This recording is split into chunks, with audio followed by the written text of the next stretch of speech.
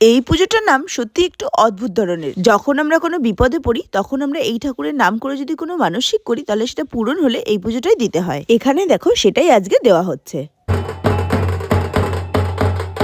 যেহেতু আমার শাশুড়িমার মনের ইচ্ছা পূর্ণ হয়েছে সেজন্য দেখো আজকে সব বাচ্চাদের নিয়ে আজকে সন্ধ্যাবেলায় উনি এই পুজো করছেন। পুজোতে কিন্তু সেরকম কোনো আড়ম্বরই থাকে না, সামান্য একটু চিনি দিলেই এই ঠাকুর সন্তুষ্ট। সন্ধ্যা হতে দেখো সমস্ত বাচ্চারা চলে এসেছে আর এখানে দেখেছো ঘট পেতে তাতে ফুল দিয়ে সুন্দর করে সাজিয়ে ধূপ প্রদীপ জ্বালিয়ে পুজো হচ্ছে। পুজো হয়ে যাওয়ার পর আমার দায়িত্ব পড়লো সমস্ত প্রসাদ বাচ্চাদের মধ্যে বিলিয়ে দিতে। পুজোতে কিন্তু অনেক বাচ্চা এসেছিল আর আমরা প্রসাদ হিসেবে জিলাপি, লাড্ডু আর মিষ্টি রেখেছিলাম। পুজো শেষ হওয়ার পরে দেখো আমরা ছোট ছোট বাটিতে সেই প্রসাদগুলোকে ভাগ করে দিচ্ছি। যতক্ষণ এখানে প্রসাদ বিলি হচ্ছে ততক্ষণ আমি রুকসানা, সমৃদ্ধ, নগরুকরা থেকে রুমানা আর কাতলিয়া থেকে সোহিনীর নাম বলে নিলাম। তোমরা সবাই খুব ভালো থেকো আর এভাবেই আমাকে সাপোর্ট করো। প্রসাদের বাটি সাজানোর পরে দেখো একে একে বাচ্চারা সবাইকে প্রসাদগুলো বিলি করে দিচ্ছে। যাই হোক, সবশেষে তোমাদের জানিয়ে দিলাম পুজোটার নাম কিন্তু ন্যাংটা চিনি।